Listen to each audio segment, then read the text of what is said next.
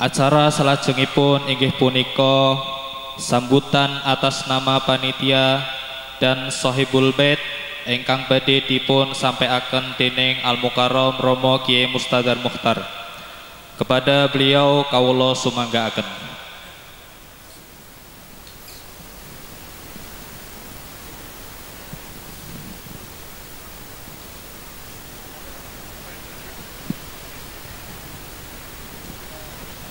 Assalamualaikum warahmatullahi wabarakatuh. Bismillahirrahmanirrahim. Alhamdulillahirabbil alamin. Alladzi a'dha fadlahu man yasha'u min 'ibadihi shalihin wa akramal awliya'a bi karamatil lati hiya mu'jizatus sayyidil mursalin. Wassalatu wassalamu ala sayyidil khalqi ajma'in wa ala alihi wa sahbihi wa tabi'in. Ala inna awliya Allahi la khawfun alaihim wa la hum yahzanun alladzina amanu wa kanu yattaquna lahumul busra fil hayatid dunya wal akhirah ala bidzikrihim tanzilur rahmatu wal barakatu wan nafahat. Amma ba'd. Sadatil ulama al izza wa habaibnal fudala, para alim, para kiai, para sepuh bini sepuh, para asatid lan ugi dumateng para gus-gus ingkang tansah kita dherekaken sedaya fatwa dan selalu kita ajeng-ajeng doa barokahipun. Tamu undangan sedayanipun ingkang kinurmatan panitia penyelenggara, lebih-lebih keluarga besar Bapak Muhammad Sutiman, keluarganipun ingkang tansah dipun paringi kegiatan dan kesabaran dan mugia dipun paringi keselamatan dunia ila yaumil qiyamah. Amin ya rabbal alamin. Para tamu undangan baik dari aparat pemerintah, Bapak Lurah, Bapak Camat, Bapak Wali Kota, juga Bapak TNI, ABRI maupun polisi sedayanipun ingkang kinurmatan, muslimin, muslimat, mukminin, mukminat, ansor, fatayat, Ibnu, IPPNO, juga Banser semuanya, mugi dalam lindungan Allah Subhanahu wa taala ingkang tansah kinurmatan ugi mewakili Sohibul Bait Bapak Muhammad Sutiman sekeluarga sekaligus panitia penyelenggara Hall Al-Maghfur Lahu Mbah Yai Muhammad Abdul Malik, sekaligus peringatan Maulidur Rasul sallallahu alaihi wa alihi wasallam, mengucapkan ribuan terima kasih atas kehadiran panjenengan sami kanthi ucapan ahlan wa sahlan bihuduripun, sekaligus diiringi doa jazakumullah hasanal jazaan katsira fid dunya wal akhirah, dan alhamdulillah wa syukru ala rahmatillah tsumma alhamdulillah wa syukru ala qudratillah. Acara menika berjalan normal tanpa suatu halangan apapun, dan rangkaian acara dimulai malam Kamis kemarin manaqib Syekh Abdul Qadir Al-Jailani, dan tadi pagi pembacaan Al-Quran 30 juz bil ghaib sampun terlaksana, dan barusan kita ikuti Maulidur Rasul dan tahlil berjalan kanthi normal tanpa suatu halangan apapun. Ingkang sekedap malih kita badhe mirengaken mauidhatul hasanah ingkang insyaallah mangke badhe dipun sampaikan dening akhinal kiram Bapak Kiai Khalid Ma'rufi niki mantunipun Al-Maghfur Lahu Mbah Kiai Muhammad Akram Sofwan. Rawuh sedayanipun ingkang kinurmatan, mohon maaf ingkang langkung kathah mungkin dalam memberikan pasugatan papan panggenan penghormatan Bapak Muhammad Sutiman sekeluarga dan juga panitia penyelenggara ada banyak kekurangan dan kehilafan. saestu nyuwun pangapunten ingkang langkung kathah. Sekedar kangge cuplikan manakib kisah biografipun al-maghfur lahu Mbah Ki Abdul Malik, monggo kita pirengaken kangge ingkang dereng mengenal supados mengenal ingkang sampun mugi tambah-tambah kenalipun. Bahwa Syekh Abdul Malik disebut Mbah Malik, beliau adalah sosok ulama yang cukup disegani di Kebumen, Provinsi Jawa Tengah. Syekh Abdul Malik semasa hidupnya memegang dua thariqah besar sebagai mursyid thariqah, yaitu thariqah An-Naqsabandiyah Al-Khalidiyah dan thariqah Asy-Syadziliyah. Sanad thariqah An-Naqsabandiyah Al-Khalidiyah telah ia peroleh secara langsung dari ayah beliau, yakni Syekh Muhammad Ilyas. Sedang sanad thariqah Asy-Syadziliyah beliau memperoleh dari As-Sayyid Ahmad An-Nahrawi Al-Makki dari negara Mekah. Dalam hidupnya Syekh Abdul Malik memiliki dua amalan wirid utama dan sangat besar, yaitu membaca Al-Quran dan membaca sholawat. Beliau tak kurang membaca sholawat sebanyak 16 kali dalam setiap harinya dan sekali menghatamkan Al-Quran. Adapun sholawat yang diamalkan adalah sholawat Nabi Khidir alaihissalam atau lebih sering disebut sholawat rahmat, yakni yang berbunyi sallallahu ala Muhammad. Dan itu adalah sholawat yang sering beliau ijazahkan kepada para tamu dan para murid beliau. Adapun sholawat-sholawat yang lain masih banyak yang tidak saya sebutkan, seperti sholawat Al-Fatih, sholawat An-Anwar, dan juga sholawat-sholawat yang lain. Beliau juga dikenal sebagai ulama yang mempunyai kepribadian yang sabar, zuhud, tawadu, dan sifat-sifat kemuliaan yang menunjukkan ketinggian dari akhlak yang melekat pada diri beliau, sehingga amat wajarlah bila masyarakat Banyumas dan sekitarnya sangat mencintai dan menghormatinya. Beliau di samping dikenal memiliki hubungan yang baik dengan para ulama besar umumnya, Syekh Abdul Malik mempunyai hubungan yang sangat erat dengan ulama dan habaib yang dianggap oleh banyak orang telah mencapai derajat waliullah, seperti Habib Soleh bin Muhsin Al-Hamid Tanggul Jember, Habib Ahmad Bilbaqih Yogyakarta, Habib Husain bin Hadi Al-Hamid Probolinggo, Habib Hamid bin Yahya Sukaraja Banyumas, dan lain-lainnya. Diceritakan saat Habib Soleh Tanggul pergi ke Pekalongan untuk menghadiri sebuah khol, selesai acara khol Habib Soleh berkata kepada para jamaahnya, "Apakah kalian tahu siapakah gerangan orang yang akan datang kemari? Dia adalah salah seorang pembesar kaum arifin di tanah Jawa." Tidak lama kemudian datanglah Syekh Abdul Malik dan jamaah pun terkejut melihatnya. Hal yang sama juga dikatakan oleh Habib Husain bin Hadi Al-Hamid dari Probolinggo, bahwa ketika Syekh Abdul Malik berkunjung ke rumahnya bersama rombongannya, Habib Husain berkata, "Aku harus di pintu karena aku mau menyambut salah satu pembesar waliullah." Syekh Abdul Malik lahir di Gedung Paruk Purwokerto pada hari Jumat tanggal 3 Rajab. Ini berarti pada malam 3 Rajab ini tidak sekedar memberi ngeholi, juga memberikan hari ulang tahunnya, yaitu tanggal 3 Rajab tahun 1881 Hijriah.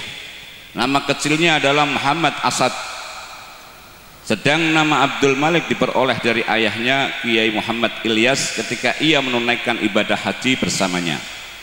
Sejak kecil Syekh Abdul Malik telah memperoleh pengasuhan dan pendidikan secara langsung dari kedua orang tuanya dan saudara-saudaranya yang ada di Sukaraja, Banyumas, terutama dari Kiai Haji Muhammad Afendi.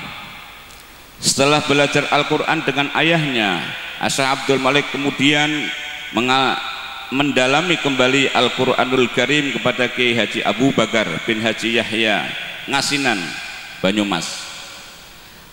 Pada tahun 1899 Masehi, ketika Syekh Abdul Malik menginjak usia dewasa, oleh sang ayah ia dikirim ke Mekah untuk menimba ilmu agama. Di sana ia mempelajari berbagai disiplin ilmu agama, di antaranya ilmu Al-Quran, ilmu tafsir, ilmu ulumul Quran, ilmu hadis, ilmu fikih, ilmu tasawuf, dan lain sebagainya. Syekh Abdul Malik belajar di tanah suci dalam waktu yang cukup lama, kurang lebih selama 15 tahun. Dalam ilmu Al-Quran, khususnya ilmu tafsir dan ulumul Quran, ia berguru kepada Said Umar As-Sato dan Said Muhammad As-Sato, putra penulis kitab I'anatul Thalibin. Dalam itu hadis, ia berguru Sayyid Toha bin Yahya Al-Maghribi, ulama Hadramaut yang tinggal di kota Mekah. Sayyid Alwi bin Soleh bin Agil bin Yahya, juga kepada Sayyid Muhsin Al-Musawwa, kepada Syekh Muhammad Mahfud bin Abdullah At-Tirmizi. Dalam bidang ilmu syariah dan Thariqah Halawiyah, ia berguru kepada Habib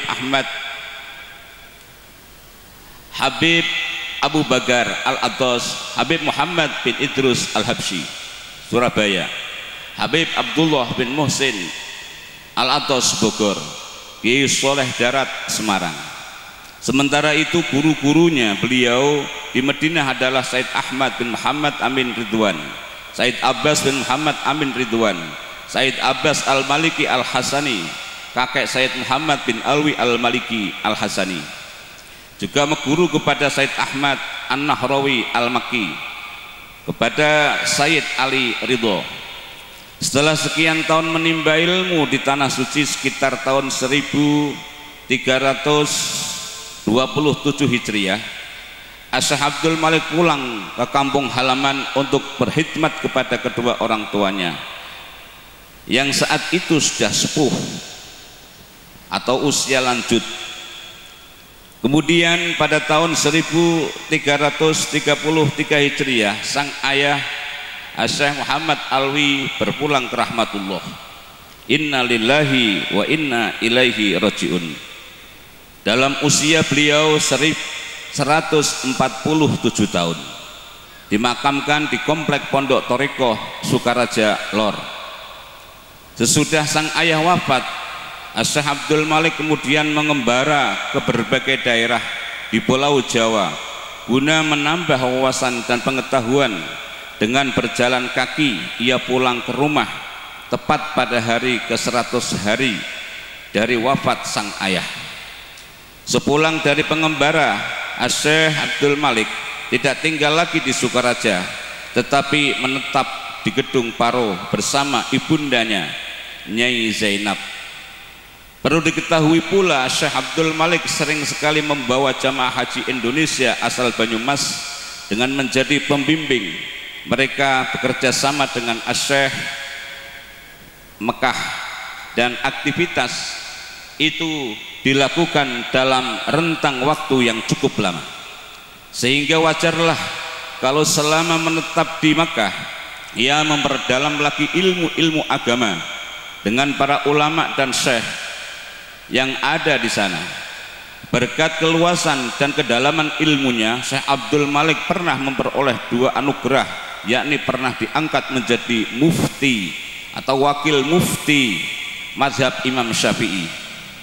Di Mekah juga dia diberi kesempatan untuk mengajar. Pemerintahan Saudi sendiri sempat memberikan hadiah berupa sebuah rumah tinggal yang terletak di sekitar Masjidil Haram. atau tepatnya di dekat Jabal Gobes. Anugerah yang sangat agung ini diberikan oleh pemerintahan Saudi hanya kepada para ulama-ulama yang telah memperoleh gelar Al-Amanah atau Al-Allamah. Syekh Mahsum Lasem Rembang setiap berkunjung ke Purwokerto seringkali menyempatkan diri singgah di rumah Syekh Abdul Malik dan mengaji kitab Ibnu Aqil Syarah Alfiyah Ibnu Malik secara tabarukan atau meminta barokah kepada Syekh Abdul Malik. Demikian pula dengan Mbah Dimyatin Comal Pemalang, Kiai Haji Khalil Sirampong Brebes, Kiai Haji Ansor Brebes, Kiai Haji Nuh Banyumas yang merupakan kiai-kiai yang hafal Al-Quran. Mereka kerap sekali belajar ilmu Al-Quran kepada beliau Syekh Abdul Malik di waktu hidupnya. Kehidupan Syekh Abdul Malik sangat sederhana. Di samping itu ia juga sangat santun dan ramah kepada siapa saja. Beliau juga gemar sekali melakukan silaturahim kepada murid-muridnya yang miskin, baik mereka yang tinggal di Gedung Paro maupun di desa-desa lainnya sekitar Gedung Paro, seperti desa Ledok, desa Pliken, Sukaraja, Dukuh Waluh, dan juga desa-desa yang lain. Hampir setiap hari Selasa pagi dengan kendaraan sepeda, naik becak, bahkan naik dokar, Syekh Abdul Malik mengunjungi murid-muridnya untuk membagi-bagikan beras, uang, dan juga terkadang pakaian, sambil mengingatkan kepada mereka untuk datang pada acara pengajian selosonan atau forum silaturahim para pengikut Thariqah An-Naqsabandiyah Al-Khalidiyah Gedung Paro yang diadakan setiap hari Selasa dan diisi dengan pengajian dan tawajuhan. Murid-murid dari Syekh Abdul Malik diantaranya Mbah Kiai Haji Abdul Qadir, Mbah Kiai Said, Mbah Kiai Muhammad Ilyas Nur, murid yang sudah menjadi mursyid Thariqah An-Naqsabandiyah 2 tahun kemarin wafat ya, dan juga Kiai Sahli Pekalongan sudah wafat juga Mbah Yai Muhammad Sutiman, ini murid dulu yang alhamdulillah masih hidup. Ini termasuk sejarah hidup yang masih bisa ditanyakan. Abu Bakar Basalamah Yogyakarta, Kiai Haji Hasim Zaini Jakarta, Habib Muhammad Lutfi bin Ali bin Yahya Pekalongan, Syekhuna Habib Lutfi juga pernah menjadi santri Mbah Ki Abdul Malik, Kiai Haji Muhsin Purwokerto, dan lain sebagainya. Sebagaimana diungkapkan oleh murid beliau, yakni Habib Lutfi bin Ali bin Hasim bin Yahya berkata, Syekh Abdul Malik tidak pernah menulis satu karya pun.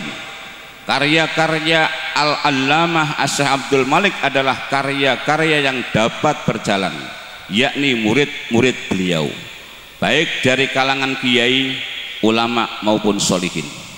Di antara warisan beliau yang sampai sekarang masih menjadi amalan yang dibaca bagi para pengikut Thariqah adalah buku kumpulan sholawat yang beliau himpun sendiri, yaitu Al-Miftahul Maqasid. Ini yang sudah diamalkan banyak santri Pekalongan. Sholawat ini diperoleh di Madinah dari Said Ahmad bin Muhammad Ridwan Al-Madani. Konon sholawat ini memiliki manfaat yang sangat banyak. Di antaranya bila dibaca maka pahalanya sama seperti membaca kitab Dalailul Khairat sebanyak 110 kali. Dapat digunakan untuk menolak bencana dan menjauhkan dari siksa neraka. Yang ditulis di rumahnya Bapak Muhammad Sutiman Jenggot, di rumah sini dulu ditulis. Alhamdulillah ini masih tetap dijalankan. Syekh Abdul Malik wafat pada hari Kamis tanggal 2 Jumadil Akhir tahun 1400 Hijriah bertepatan 17 April 1980 dan dimakamkan keesokan harinya hari Jumat ba'dal asar di belakang Masjid Bahaul Haq Diyaudin, Gedung Paruk, Purwokerto, dalam usia 99 tahun. Dalam usia 99 tahun. Yang mana sebelum beliau wafat, 3 hari sebelum wafat, wasiat pada anak-anak cucunya, wasiat yang sangat mendasar. 1, jangan tinggalkan sholat, kalau sholat 5 waktu kalau bisa berjamaah. Yang kedua, jangan tinggalkan baca Al-Quran, kalau tidak bisa baca, cintailah orang yang membaca Al-Quran, lebih-lebih orang yang hafal Al-Quran. Yang ketiga, jangan tinggalkan baca sholawat. Mudah-mudahan kita semua bisa mengamalkan wasiat beliau. Amin ya rabbal alamin. Al-Fatihah. Bismillahirrahmanirrahim. Alhamdulillahirrahmanirrahim. Ar-Rahmanirrahim. Iyyaka na'budu wa iyyaka nasta'in. Ihdinas siratal mustaqim. Siratal ladzina an'amta 'alaihim ghairil maghdubi 'alaihim waladdallin. Amin. Mudah-mudahan sekedar manaqib yang kita baca, hajat kita semua dikabul oleh Allah Subhanahu wa taala. Amin ya rabbal alamin. Wa lakum minkum. Assalamualaikum warahmatullahi wabarakatuh.